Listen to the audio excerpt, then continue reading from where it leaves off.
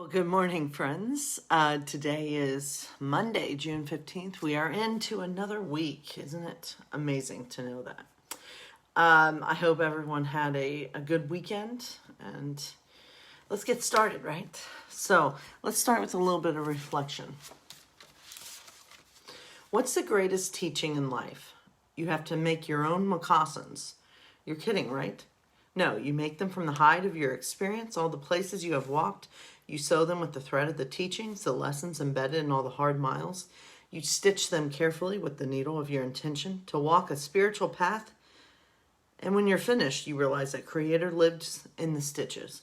That's what helps you walk more gracefully. I got busy learning how to sew.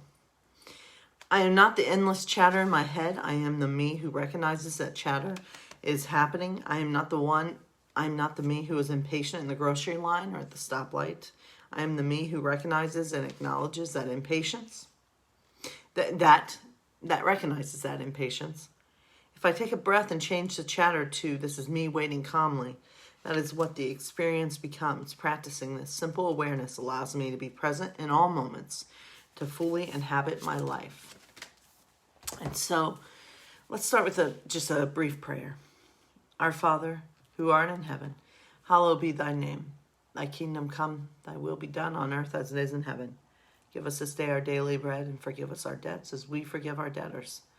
And lead us not into temptation, but deliver us from evil. For thine is the kingdom, and the power, and the glory forever.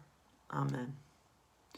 So my friends, I do hope all of you are doing okay. I had a really weird dream last night about Facebook Live, about our worship services at David's.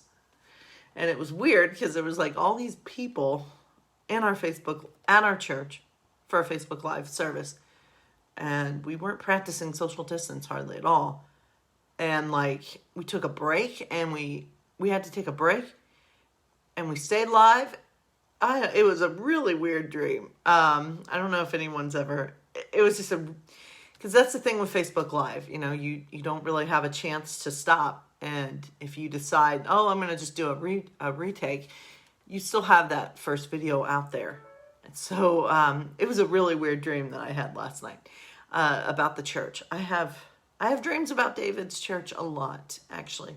I don't know what they mean exactly, but I do have a lot of dreams about them. But my friends, I do hope you're doing okay and hanging in there and staying safe. And I know these are crazy times, but just know that we are going through these times together.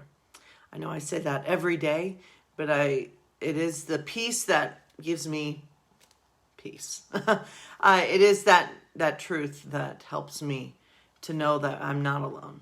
And so with that said, let's get into let's hear about our woman of the day. And our woman of the day is Maria Montessori. She is the doctor and teacher who put children's needs first.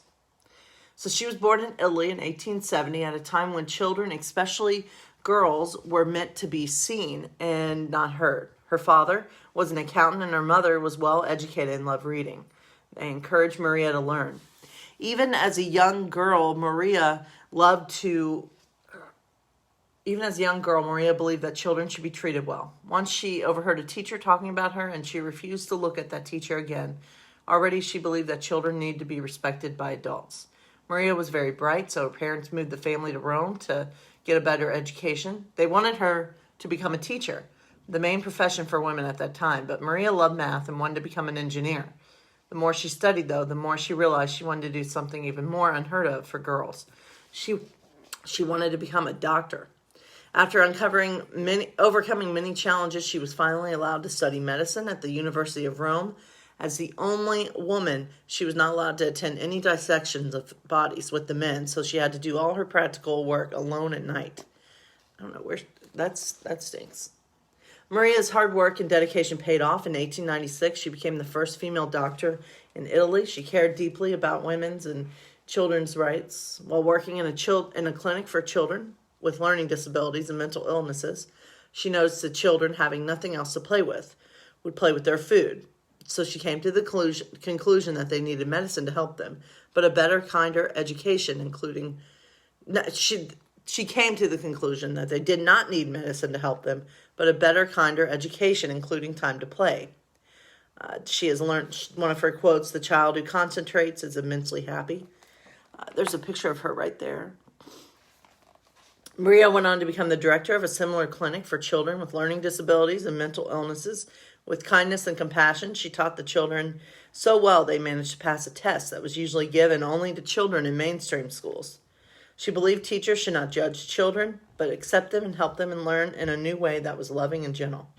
Every child, she said, was born with potential, and it was the job of adults to help children discover their unique skills and abilities. She believed that it didn't matter what background children came from, they could all be equal in their intelligence. All of these ideas were very new and different at the time, and Maria had to work hard to start changing people's minds. Another quote, "Never help a child with a task at which he feels he can succeed. Early childhood education is the key to the betterment of society."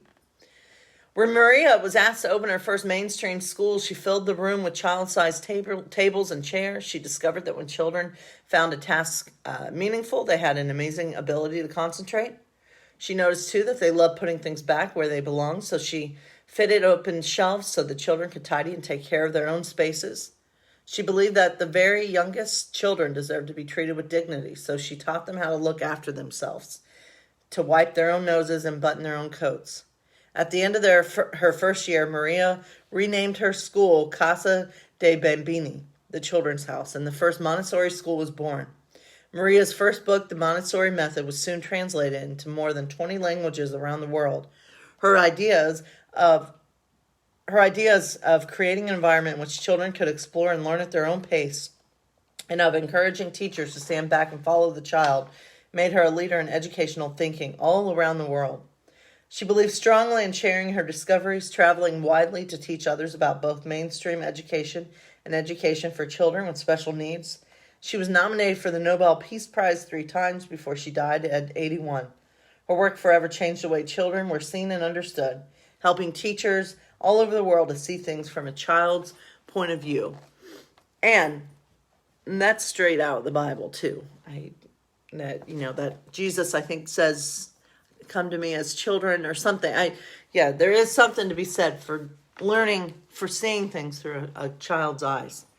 So Maria, that's a picture of her visiting some kids at a school. So there you have it, folks. Our Woman of the Day. Tomorrow, our Woman of the Day will be Mother Teresa. Someone I think, that's a very up close shot of me.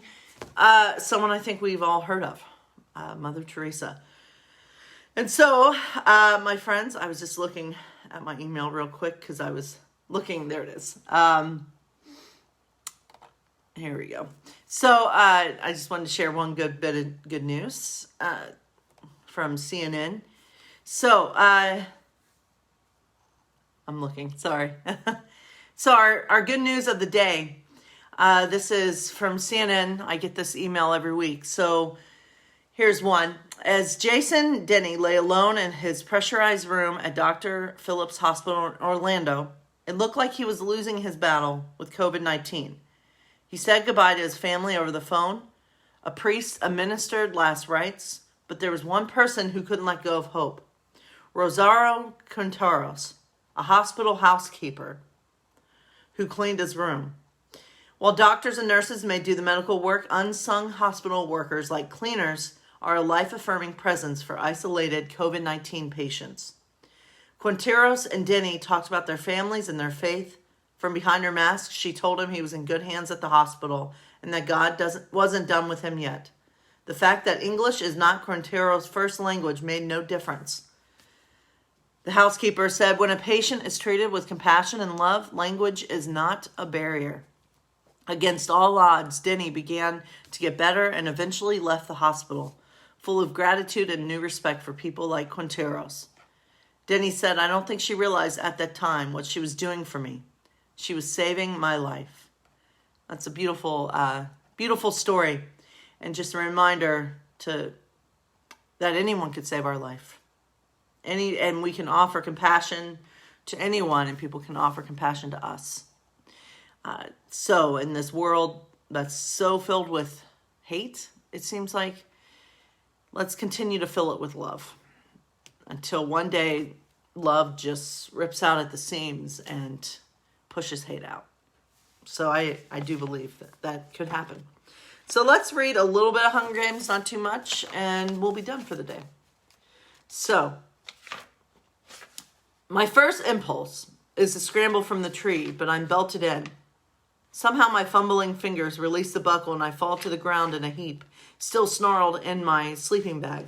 There's no time for any kind of packing. Fortunately, my backpack and water bottle are already in the bag. I shove in the belt, hoist the bag over my shoulder, and flee. The world has transformed to flame and smoke. Burning branches crack from trees and fall in showers of sparks at my feet. All I can do is follow the others, the rabbits and the deer, and I even spot a wild dog pack shooting through the woods. I trust their sense of direction because their instincts are sharper than mine, but they are much faster, flying through the underbrush so gracefully at as my boots catch on roots and fallen tree limbs. That there's no way I can keep space with them. The heat is horrible, but worse than the heat is the smoke, which threatens to suffocate me at any moment.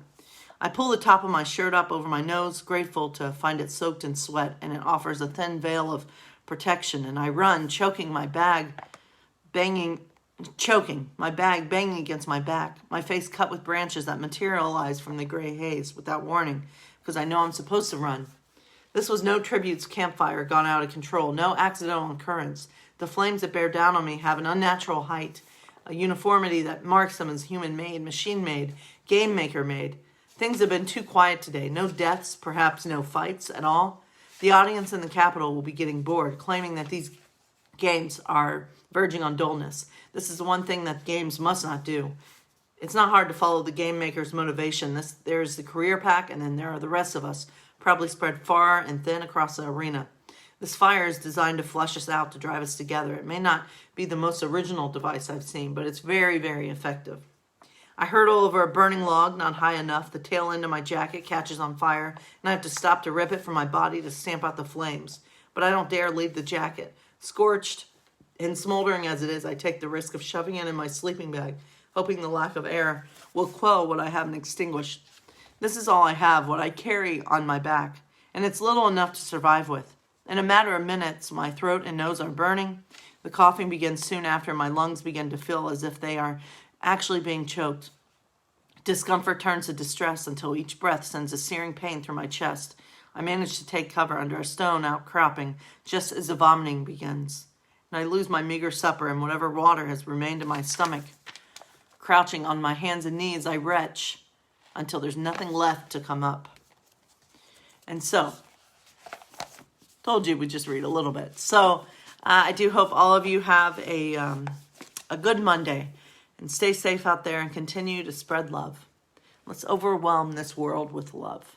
I think that's something that should be our challenge every day.